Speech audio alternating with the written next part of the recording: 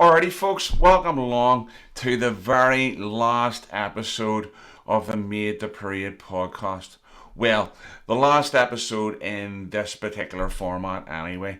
There won't be any more seasons, there won't be any more weekly episodes in regards to how we have been doing it. We will do some specials, we maybe do some band histories, some one off kind of things. But in terms of how we have been operating the podcast for the last 2 years, this is the last episode. Some of you may be going, thank God, Glenn, we're getting rid of you. And some of you may actually be disappointed that it's coming to an end. But either way, Made the Parade will be around doing other things as well. So, what is going to be on this episode? It's not exactly what I had planned. I had hoped to have a few guests being able to drop in and share some of their thoughts in terms of the podcast, etc. But given that this is the particular time of year that we find ourselves in, I mean, I'm recording this here on the Sunday, the 10th of July. Obviously, getting people available to do things at this time of the year is quite difficult, given that tomorrow is the 11th and then obviously Tuesday is the 12th and stuff. So what I thought I would do is I would pick out maybe 4 or 5 of my favorite moments from the podcast and share them with you. Hopefully it all works all right with the sharing screen technology and stuff here, and the sound all comes through and everything. I've been doing a few dry runs and trying to make that work. But nevertheless, that's what we're going to do. We're going to share some of those there. Now, obviously, I'm picking out 5. There are a heck of a lot more than 5, moments that I would like to be able to share. I mean, if I was sharing everything that I wanted to highlight on the podcast in terms of things that were great, some brilliant stories, laughs, etc., etc., this episode would last for absolutely ages, because there's been so many brilliant moments over the last 2 years. But there are 5 in particular that I'm going to share with you. Hopefully you'll enjoy them, and I'm going to be glad to be able to reminisce in regards to some of the conversations that I have had there. We also have a giveaway, final giveaway of the podcast, and I have 2 copies of my book, Made the Parade, which started this whole thing off. I've got 2 copies of that to give away. There's no there's no questions or anything like that, but when that comes around, I'll tell you how you can be one of the 2 lucky people to get your hands on a free copy of my book, Made to Parade. I also have a T-shirt to give away, not a Made the Parade T-shirt, but I do have a Imperial Core Drums T-shirt to give away. Now, this was given to me whenever I was over recently with Pride of the Raven for the Imperial's anniversary parade.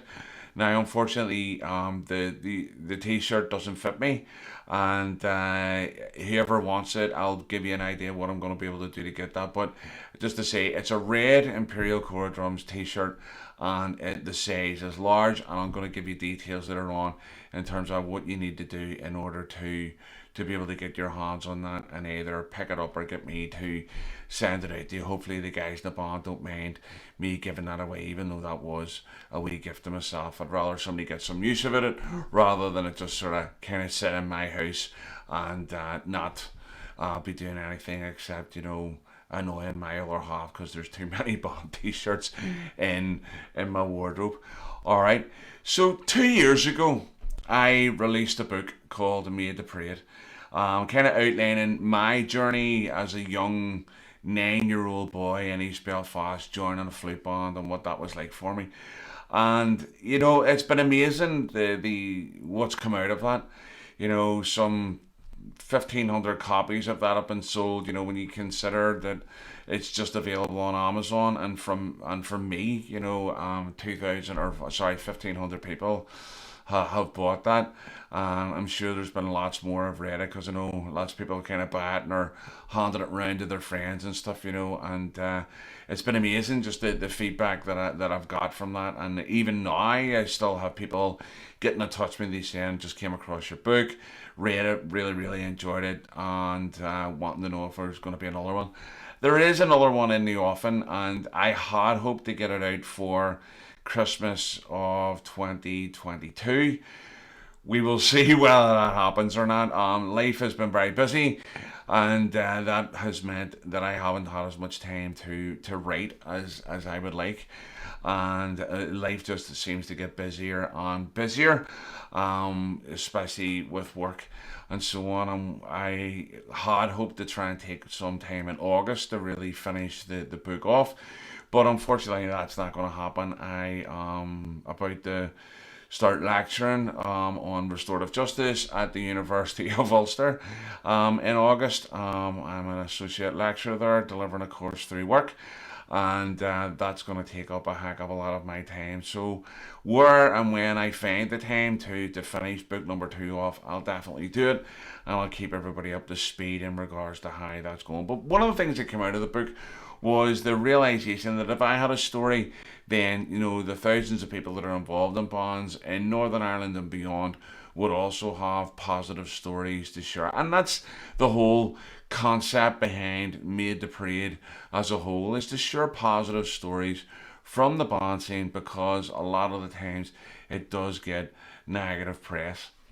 Now, the first person that I had on the podcast was a member of my own band, the Pride of the Raven, and it's the secretary there, Nigel Booth. Nigel was, as I say, the very first person to be recorded for the podcast, outside of a chapter reading that I had did from the book to start the whole thing off. But the first bandsman to be featured was Pride of the Raven and Nigel Booth. And I had a great conversation. I hadn't a clue what I was doing back then. I had a list of questions and some gear in front of me, and hoping that things kind of turned out all right. And I think the first season, turned out pretty well. We had some great stories and stuff on there. And what I'd like to do now is just to share a clip from that episode with Nigel. Now, you'll know that back in those days it was just audio only. There's no video from this. So all I'm going to do is bringing up the episode from my website, madetheparade.com, and just playing the clip from Nigel there. And so hopefully this works for us. So just bear with me while I get into the whole idea of sharing screen. If you're listening to this, the audio only, this will mean absolutely nothing to you. But for everybody who's watching this on YouTube, then this will make perfect sense for you guys. So here we go, and this is a wee clip of Nigel talking about the positives from being a member of a band. Sometimes the bonds get a really negative press, and the media can jump on a negative story a lot quicker than they will do about something that's really positive that the bonds do. So maybe it would be good for you to talk a bit about what positives being in the bond has brought to your life, and and what role it plays in your life even today. Well, even from the early stages, I mean, you've got to remember every band in this country are a voluntary organisation.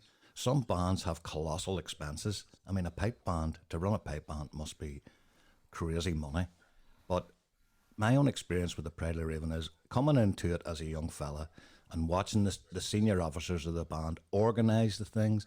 We had a monthly meeting, we discussed, and it was all a democratic decision-making process. And I was in awe of these men. I mean, the Billy Bassetts of this world, the Eddie McCabe's, I mean, they were the main men. In those days, they didn't worry whether they were getting a band out on the road. If you didn't attend, you were pulled up the next meeting. Where were you? Why weren't you there? Today, for instance, I panic every time. Am I going to have a band? Am I going to have a drum corps? Am I going to have a flute corps? But 99 times out of 100, it comes together. But though I think in those days, especially those days, there was nothing happening for kids of my age. There was no leisure centres. There was none of these computer games. And the band was a great outlet, and I personally think it gave me social skills, and it gave me friends. and friends that I've had for my whole life. I mean, we've been through everything together. So we have, family funerals, weddings, kids coming along. There's a good lot of us in the band now are grandfathers, and I think sometimes the bands are not good enough at promoting themselves and what they're doing. And I do believe that the banding scene here and in Scotland and elsewhere, but more so here in Northern Ireland, it's an art form that's not recognised. And the number of people that get to learn instruments and whatnot. But I'm going to be a wee bit selfish here and promote the Pride of the Raven as such. There's a lot of other bands do great work, but I will promote the Pride of the Raven. We've been doing a charity work year on year on year since 1983, I believe. And we select a different charity every year. And everybody's aware of the Pride of the Ravens charity work, but this is my opportunity to give it a wee bit of a shout out. And that's the sort of thing that we need to make sure that gets into the press, because we don't care. The charity is the charity. If somebody's in trouble and needs that charity, we're not saying that money goes to X, Y, and Z. It goes to the charity. And whoever benefits from it, benefits from it. Why do you think that's important, even to the band today? Why do you think there's a need for there to have this emphasis on giving back into the community? Well, the charity giving on the Pride of the Ravens way is their way of giving back into the community. I mean, we rely on the East Belfast public every year for this, and I think they have got used to the fact that the Pride of the Ravens charity parade will happen, and wonder what it's for this year. Now, 9 times out of 10, we select the charity based on the experiences of somebody in the band. Now, this year's charity is for Northern Ireland Chest, Heart and Stroke, and that's because one of the younger members of the band, his younger sister, passed away with... Alrighty, so there you go. That's a wee insight from Nigel way back in 2020. Talking about some of the positives that he got out of being a member of a band, and highlighting some of the work that the Pride of the Raven does. And I think, Nigel talked a lot about there, in terms of, what he got out of the band in regards to social skills and a friendship group that's lasted with him for, the rest of it, the most of his life. And that's a story that's been repeated lots on the podcast, and when people talk about what they've got out of being a member of a band, friendship and camaraderie seems to be one of the main things, that the main benefits that members have got from bands. So we're going to move on to another clip then, and it'll be a video clip here, I believe. And one of the things on the podcast is we ask people always about how they got involved in a band. And I have to say that, one of the best joining a band stories that we have ever had was in season number 5 and episode number 4, whenever we had Stevie McPherson from the Drum Chapel Protestant Boys on with us, and his story in terms of joining a band is an absolute cracker. So we're gonna play that one for you now, and I hope you'll remember this. But I remember absolutely killing myself laughing with this one, and here it is for your own viewing pleasure now. Glenn, I'll tell you, I think I was 13, maybe 12, 13 years of age, and my wee pal Jim Sutherland was a member of the Drumchapel Young Conquerors, and he was a wee cymbal player in it, and they needed another cymbal player for the other side of the band, and he was, Stevie, come on, we'll get down and see Mr. Black, we'll get you in there, and we'll be together for the big walk. And I went down and we chapped Mr. Black's door down in Invercarry Drumchapel. And Mr. Black, my pals in the band, I know the parade's tomorrow, the big day's tomorrow, but please go and give me a uniform and let me walk. And Alex says to me, this is a true story, Alex says to me jokingly, the only way you'll get walking, wee man, is if you bring me around 80 quid for your uniform. Now, that was a polite cheerio, don't come back to the door. So I went home that day and I walked to Doug, I done the dishes, I went to the shop, I pleaded with my man Da, get me, I need £80 to give Mr. Black to get in the band. And my man Dan melted and he gave me £80. That night at 7 o'clock, a chap, Mr. Black's door, said, Mr. Black, there's your £80. And I don't think he knew what to do with me. He tried everything. I think he had to cut the shirt at the back and bring it in. And oh, you want to have seen that. But we made it, we made it. And that was my first ever parade with a Drumchapel Young Conqueror. Me and my wee mate together playing the cymbals. Absolutely fantastic.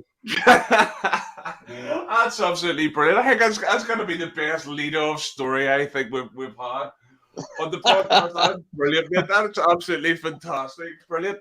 And oh, there you go. Absolutely fantastic. Brilliant story there. And Stephen has turned into be a great friend in terms of me and the podcast and the work that we're doing here. He's a brilliant fella, and I have to give him a shout out. He contacts me on a semi-regular basis, and if whenever we were looking we needed new sponsorship and stuff, Stevie was straight in there, and big shout out to him and the guys in the Drumchapel Red Hand Comrades Association there for taking on sponsorship of the last part of this season, and also with the new monthly chat show that we're going to, they'll be a part of that sponsorship there as well. So absolutely fantastic. Person, brilliant guy in the bouncing, absolutely hilarious guy to be speaking to. I have to say, every time I speak to him on the phone or whatever else, I'm absolutely killing myself laughing. And but there's another story that kind of highlights just what people will do to get into a band and what it means to them and everything as well. So absolutely brilliant stuff there. Now, moving into another clip there, and sorry for looking away at the screen there for those of you who are watching, is way back in season number 2. In our first episode, we featured Andy McAdam from the Black Skull. And, the Black Skull is one of those bands, obviously, that I mentioned in the book, and, they've been, an integral part of the development in regards to the scene here. There's a lot of, influential bands, and I've been lucky to have a lot of them, represented on the podcast. And one of the things that I talked to Andy about was about whenever, they came on the scene, and before they developed into the band that they are now, they were very much of a style changing band. They helped change the style of the scene and stuff, and they did some weird things in terms of how they marched and all this kind of stuff. And I remember asking him about how some of those things came about, and this was his story in regards to the road to the Isles or whatever. And so let me just bring that one up for you now, and here we go. You ended up obviously with that type of thing. There was a level of entertainment, in terms of entertaining a crowd and stuff, and I'm interested in where some of the stuff that you used to do, where that all came from. I'm thinking the road to the Isles, and the walking backwards and all that kind of stuff. Where the hell did you get that from?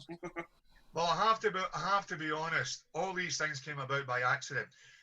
I have to say it's quite pleasurable to be speaking to you and clarifying all these myths, because the band is noted for myths, all the different stories, this, that, and the next thing. The first one you mentioned, the road to the Isles, as I said to you before, they all came by accident. What happened was we were down in, I think it was Workington. We were down in a parade in Workington, and as you do during the break of the parade, you're all in the bars, etc., etc. But back at that time, the big guys in the pop scene were Madness. Oh. And we all come out the pub, and one of the guys in the band, Billy Falls, he was daft on Madness. And they'd all come out, and all young guys, have got a bit of drink in them and everything else.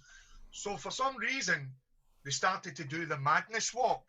So they're all behind each other. So there's maybe 10, 15 guys all doing this Madness walk. But just as that, somebody was playing the tune Road to the Isles. And as they were doing the Madness walk, and as the tune goes, da-da-dum, it automatically a signal to them to stop. It fitted in with it, and that is how that came about. We found it hysterical when it got done, and then somebody says, because I can't remember if we were actually playing Road to the Isles at the time, but we probably were. I think we played a Scottish set, and we Road to the Isles and which Donald Do and things like that. And yeah, we were. Now that I recall, there was a set, and what we did was we used to play the tune, and the further we got into the tune, the faster we got. That happened with that tune, and that's how that came about. Nobody thought of it. It was just an accidental thing, and it stuck. It stuck forever. A wee funny story to that with you for your main band, Ballymacarra. Ballymacarra invited us over one year to take part and support the parade for Mencap. We used to do the Mencap parade, and they asked if we'd come over. And said, yeah, no problem. And we went over and one thing another. And I have to say, it's one of the best experiences and hospitality that I have ever experienced with the band. Big Jake, as I say, Sammy, Hut and Cashy, all these were all a lot older than me. And the hospitality they showed the band was phenomenal. So we were coming back to the Buffs Club. But back in those days, we never knew where we were. We didn't know the Buff Club was round the corner from My Lady's Road, and we didn't know. So we were walking back for the Buffs Club back to My Lady's Road, and some of the boys from Ballymacarra says, "Can we walk with you?" Yeah, let's go with it. We're all together. And as we're walking back, I always remember we're walking up the Albert Bridge. Or was it the Albert Bridge? But we're walking up anyway. And somebody shouted the tune out Road to the Isles. Well, we all knew how to do the walk. Ballymacarra, didn't they? I think it was maybe about 10 or 12 boys. So when it came into when it kicked into play, all of a sudden everybody's just falling over each other. So I always remember that as quite a funny point. But that. There you go.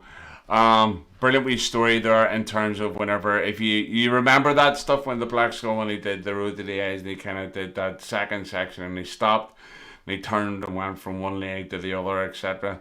When they did that, and I know a lot of bands continue that particular practice on, and but it was nice to kind of know where that actually came from, and had a great conversation with Andy, and that was great to kind of get some of that insight in regards to the history of the Black Skull and some of the things that they get up to. So one of the things that that's come around as a result of the podcast is that I've got to talk to a wide range of people from all over the place. So there's been bands that have been on from Northern Ireland. We've had Scottish bands on. We've had English bands on. And with a couple of English bands on with us, and we have also had a flute band on from Canada as well. And one of the other things is that it's opened up to me was in regards to the fife and drum scene in the US, so in the United States.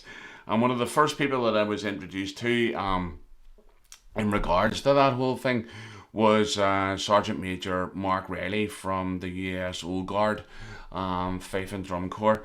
And whenever me and him kind of met up on Zoom and started having a conversation, it was, brilliant conversation. But it was almost like, you were two people who have known each other for years, and literally I had just been introduced to him a day or so before that, in terms of exchanging emails and things like that. And then we were on a Zoom call in the middle of lockdown, or I think recording an episode of the podcast, and it was brilliant. And this is Mark's story in regards to how he came across the Made to Parade podcast and the Made to Parade book, and what that sort of meant for him and stuff. So I'll just give me a wee second again while I get into this here and start to do the sharing of the screen. And here is Mark talking about that.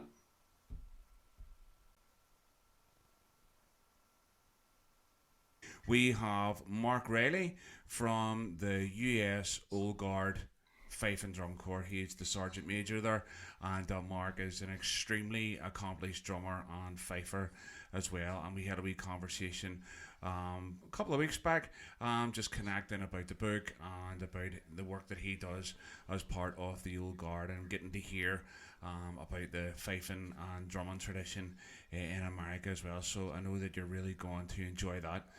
I'm going to be back a wee bit later on, just at the end of the episode, just to give you some updates and tell you about what's coming up next. So for now, sit back and relax and enjoy the latest episode of the podcast with Mark Riley from the US Old Guard Fife and Drum Corps.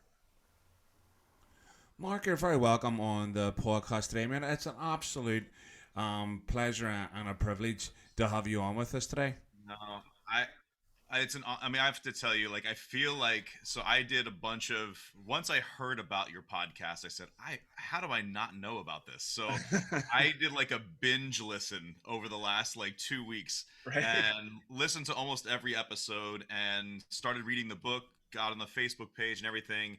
And it's crazy because when you start talking about the people who are giving the responses to the book and what it brought back from their childhood, I'm going, oh my God, this is like, I feel like I know you. Right. And I'm feeling like you and I were lost brothers from 30 years ago. Because I mean, I grew up almost in the same way, but just in the New York fife and drum scene. And it was, again, like the old timers and the different marches and the competitions. And so like I wrote a bunch of notes here kind of based off of the things you were asking some of your other guests. And I'm going, Yeah. if there's a way to share and connect our two sides of the ocean and to really bring together that, like, it's a global brotherhood. Maybe a good place for us to maybe do what we always do on an episode and just start with, how did you get involved with the whole idea of fifes and drums and marching bands? What sparked your interest? Sure. I mean, first I have to say thank you, Glenn, for having me on. It's an honor and a privilege to speak to folks about fifing and drumming and flute bands and everything else. Because, I mean, for me, it's been a part of my life since I was 6 years old. And I've been lucky and blessed and fortunate enough to made a career out of playing fifes and drums professionally in Washington. So to go back in time, it was, mid 80s when I started playing. I actually, and again, my Swiss friends make fun of me all the time because if you're a fifer, you really have to make fun of the drummers. If you're a drummer, you have to make fun of the fifers. But the first corps I joined, and just to also differentiate this, in the States, we refer to the entire scene as drum corps. And I know that's a different meaning over in the UK of the corps of drums and things. But when I refer to joining drum corps, that means joining kind of the scene, the fife and drum scene. There you go. So a wee bit of an insight from Mark there in regards to his connection to the book, his connection to the scene here. And, he got his start when he was 6. And Mark is an amazing drummer, amazing person on top of that. There, I've had plenty of conversations with Mark. And funnily enough, alongside another member of the US Old Guard Fife and Drum Corps, Billy White, I'm going to be involved in a symposium, for want of a better word, in Portsmouth in England in September, and a lot of us are all coming together to kind of share a bit more about the whole fifing and flute band scene, etc. In a conference that's taking place in I think it's in Plymouth. In September, and I'm going over to spend some time with the group there. I'm also going to be doing a wee presentation on the history of flute bands here in Northern Ireland. So, I mean, the podcast has opened up a whole new realm of activity and stuff for me, and a whole new range of people, and it's been absolutely fantastic to connect with everyone. One of the bands that you'll know that I have a lot of time for, Scottish band, has been Pride of the Mail. Pride of the Mail were a band for me whenever I was growing up that were, I just thought they were amazing. I just thought they were great. I had their tapes and everything, and when they walked the Belfast Parade, I'd have been standing in the avenue waiting on them coming on the 12th morning to be able to watch them and see what it was that they were doing, what new things they were, bringing to the scene. And I've had a number of conversations with guys in the Mail. In season 1, we had Scott Ennis, on from the Pride of the Mile, and then the second season we had Alan, their treasurer, on with us, and that's the clip that I'm gonna share a wee bit from now, and. Again, when you talk about friends and stuff, that Nigel talked about developing friends as a result of being in a band, and there's a few, as I say, Mark and Billy Reid are people that I've become good friends with, and but Scott is another person that I consider that has become a good friend of mine, and we haven't met in person.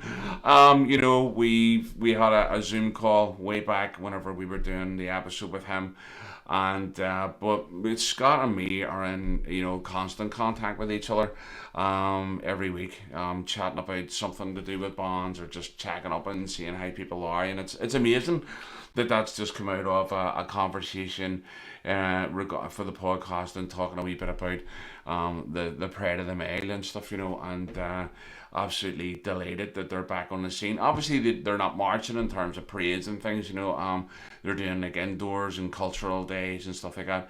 And hopefully they'll be landing on Northern Ireland shores pretty soon. It'll be great to have them here, and great to see those guys and hear them playing in Northern Ireland and Belfast. Absolutely can't wait for that to be the case.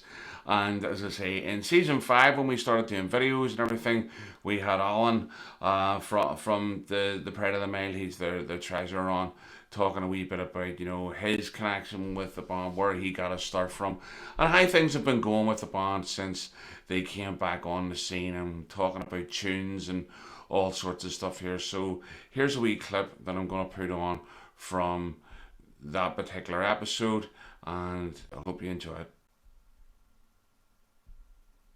Well, there's still some great stuff to come from the band. What we would like to do is, as I say, we'd like to revisit a lot of our old stuff as well, because we were known for it. You know what I mean? There's still quite a bit of stuff there that we've not even looked at yet, and Scott is in the process of writing some of them out, and we'll go through them, and if we're happy with them, we'll play them. If no, we'll leave them back burner just now. But there will be some new. There's a couple of guys I've got some new stuff to bring down. So brilliant. Happy days. We'll be doing that again. As long as you just bring back the Carnival is Over as well, we're all good. Well, how did you know that? How did you know that? We actually played it a couple of weeks ago. Right. Again, it was Throwback Tuesday. And Scottish the Carnival's over. And we were all looking at each other. Because you look at each other and go, how does that start? High B, high C. And then you get dragging the fingers, right? But no, we did play it. We did play it. Brilliant. And went, that's actually not far away, because it was one of the old Blood and Thunder tunes. One of the old tunes where they got the fans kind of singing. Yeah. Play up. And again, we just played it on a Tuesday. We played it a couple of times and went, I think play up onto No Pope. And it was a good one for getting everybody else singing. And went, it's actually not that far away. So, brilliant. So what's next then? The Tuesdays have been good for like, bringing some of the stuff back, and you're like, I forgot we played that. You know what I mean? And then it perks a memory with some other guys, and they go, what about this tune? What about that tune? And it's just grown and grown now. Scott's good. There you go. Brilliant. So there you go. Brilliant stuff. We clip there from Alan, and obviously I got him off in the middle of he was about to say something else there.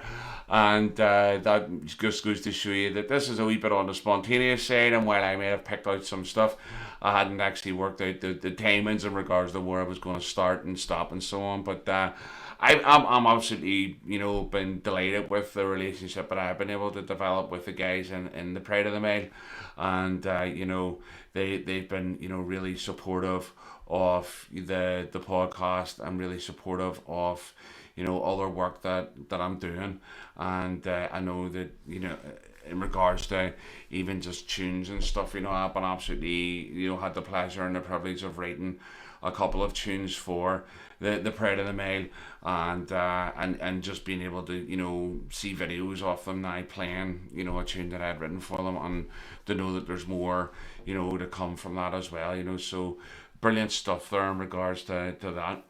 And as I say, when you think about it, we've done 70 episodes in 2 years. Now that doesn't seem like a lot, you know what I mean? But I mean, in terms of that, that's we've done 6 seasons, close to 12 episodes a season, and so on.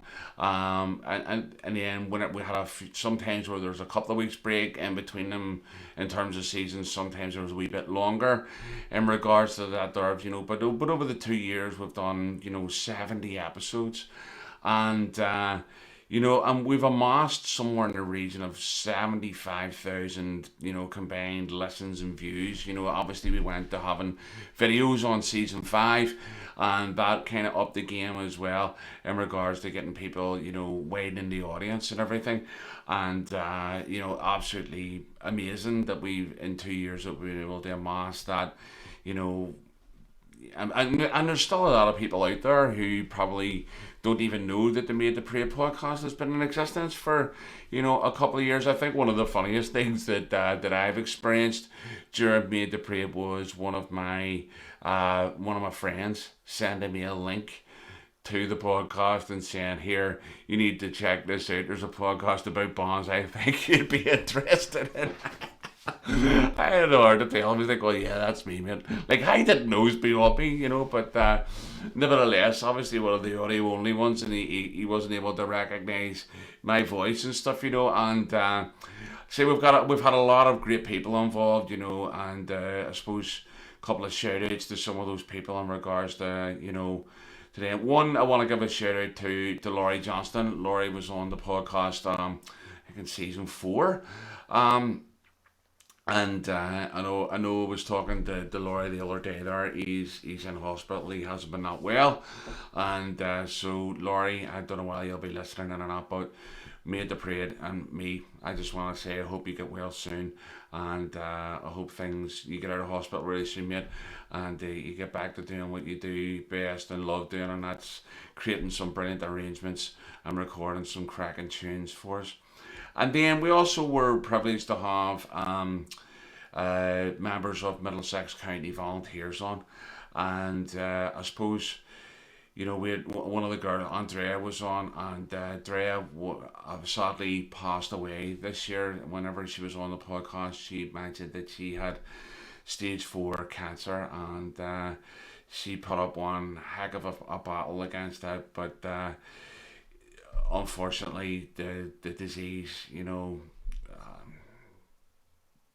she couldn't fight it off any longer, and she passed away this year. But she leaves behind an absolutely amazing legacy in terms of her drumming and her character. I know that lots and lots of people were touched by her in regards to just who she is as a person, and I just want to say that I was obviously honoured to have had her on the podcast, and for her to share some of that story and some of her talent with everybody else as well. I also just want to say a big thank you to every guest that's been on with us. Without the guests, there would have been no podcast, and without them being willing to share their stories, there would have been nothing but me sitting talking crap for an hour and a half every week, and no one would have tuned in for that. So thank you to all of the guests who have come on and represented their bands, and not just represented their bands, but represented the band scene as a whole, and give a really positive account of what happens with members of bands and marching bands in general. To everybody who's listened in to Made the Parade over the last 2 years, thank you. Without people listening in, there wouldn't have been any point in me actually doing this as well, because if nobody's listening, you're probably not going to spend the time coming up with episodes and finding ways of, connecting with people and sharing stuff and all sorts of things, or trying to find bonds that connect with that you think people might be interested in. So to everybody who's listened in, to everybody who's messaged me and been, encouraged by the podcast or has enjoyed the stories that have come there, or even have got in touch with you to say, listen, get in touch with such and such in order to, have a conversation with them. Thank you. I really appreciate all of the support and support. And thank you for all of the listens and for all of the shares, everything that, you guys have done in regards to trying to make more and more people aware of the podcast. Thank you. It really does mean a lot to me. Over the course of the podcast, we've had a couple of sponsors. I've already mentioned one, and but our first sponsor came about as a result of one of the guests we had on. We had Stu Warmington on, who was ex-Royal Marines. And Stu, as you know, works for the British Drum Company, and quite a lot of bands here have picked up British Drum Company drums, especially the Regimental Series drums. I know there's a lot of bands carrying those now, and I know that the Netherton have just picked up a set of the Regimental Series drums as well. And I know that there's a great range of drums there, and one of the things that's been great about this, not just about having their sponsorship because they believed in us, but also for a long period of time, our introduction was actually done by the comedian Al Murray. You may know him as the British landlord, or the pub landlord, and you may have seen Al on TV doing his routine. Al's a very smart guy and a really passionate drummer as well. And whether you're watching this or not, I just want to say thank you for taking a punt on Made the Parade and spending some of your money in terms of sponsoring us. And it was a pleasure and a privilege for me to represent your brand for a while as well there, and I really appreciate that, and thank you to Stu for bringing that about as well. And as I said before, Stevie McPherson for the sponsorship from the Red Hand Comrades Association in Drum Chapel, who whenever I was in need jumped in straight away and helped me out, and I really appreciate that. And it just goes to show you that within the scene there are a lot of generous people who are willing to help you out for no gain of their own, other than seeing people being able to fulfill their own dreams and ambitions and stuff as well. So thank you very much for that. There's a few other people that I'd just like to thank as well. I know this seems like it's almost like a I don't know what kind of speech this would be, but I want to thank Morris Brown as well. Morris, whenever we met up in season 1, we had a conversation. And Morris is one of those guys that just has an amazing experience in regards to bands here, in terms of his army career as a drum major and everything. And for a long period of time, Mo was heavily involved with the podcast. And Mo, I just want to say thank you for your support and for believing in what we did here. And I know that life kind of changes and things, priorities change and stuff, and that kind of we went a wee bit of a separate direction there in regards to that. But I really appreciate your support, man. I really support your encouragement, and I really appreciate your encouragement. Support your encouragement. What am I like? And I really want to say thank you for that, mate. I really appreciate it. The other person I want to thank is Roy McPeak. And Roy came on board and helped me out whenever, especially when we moved to the video thing, and I really needed that. Whenever I was doing audio only podcasts, it was okay. I could sit down in a room, put the microphones out, and get things going, and then go and edit the thing, and that was great.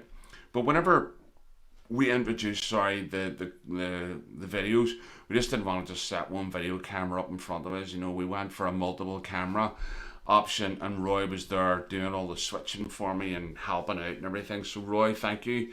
I really appreciate not just your help but your friendship as well, man. I really, it's been great to be connecting with you and knowing, obviously through Virtual Bomb Parade, Pictures on Parade and stuff as well.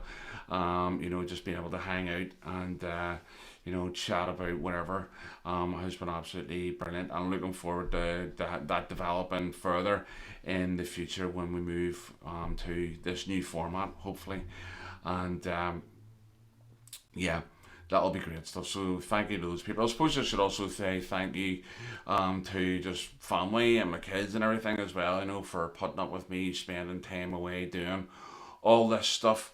And you know, nights where I'm like tonight, where I'm sitting at 11:45, 10 to 11 at night, sitting recording podcasts and you know, trying to put stuff out there, and then being a wee bit proud of what I've done. And you know, that means a lot to me as well. You know, you know, hearing, you know, my daughter telling her friends that her daddy runs a famous podcast. You know, God bless her. But you know, obviously that meant a lot to her, and that meant a lot to me in regards to hearing that there. So it's great that they've had that support and encouragement from them. So folks, that's us. We're gonna start wrapping things up here. I did say at the start of this that there would be a giveaway. So I've got 2 copies of my book to give away, Made to Parade. So what I'm going to do is this. The first 20 people to email me on madetoparadebook@gmail.com, I'll put your name on a hat, and then I'll do a live draw of 2 names out of the hat, and you guys will get a copy of the book. The other one that I have is a t-shirt to be given away for this. It's a red Imperial Core Drums from Liverpool t-shirt, and what I'd like you, in order to win that, you're going to have to send me an email as well. But what I want to do is I'm going to have a wee question with that there. What year were the Imperial Core Drums founded? Alright, so what year was the Imperial Core Drums founded? Email me on madetoparadebook@gmail.com and put in your subject title there, Imperial Core Drums t-shirt, and so that I differentiate that from the other we giveaway. And the first person to do that, I will send you the t-shirt. Remember, the t-shirt is red and it's large, so it doesn't fit me. Alright, but if you want that t-shirt, then answer the question, put the Imperial Core Drums t-shirt in your email to me at madetoparadebook@gmail.com, and I will find a way of getting that t-shirt to you.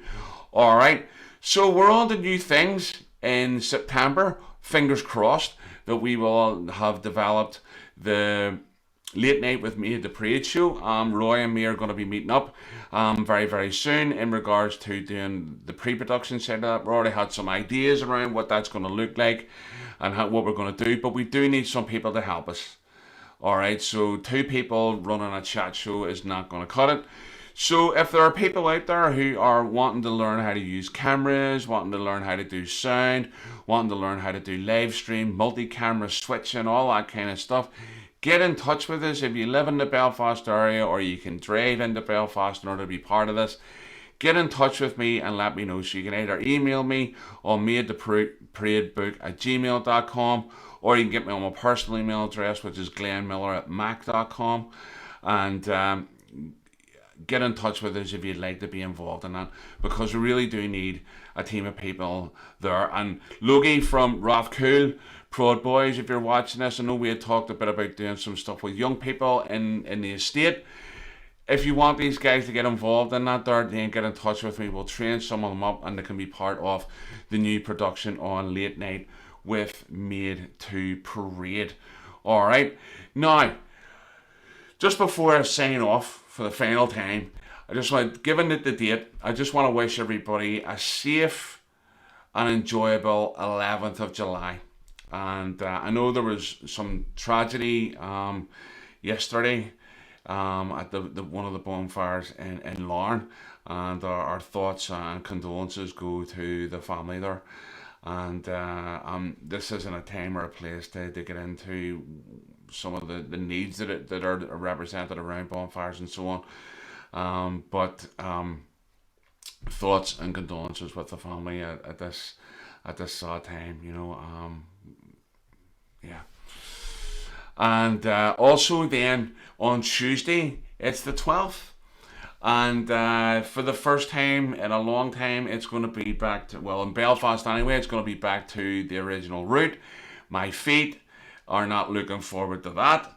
Neither are my lungs, to be honest with you. I am probably going to need a lung transplant or something in order to get through that. But nevertheless, that's down to me. If I hadn't piled the weight on, I wouldn't be freaking out about it. But, you know, looking forward to the 12th, spending the time with the band. And, you know, it's been a while since I did the Belfast 12th, the proper Belfast 12th with the Raven.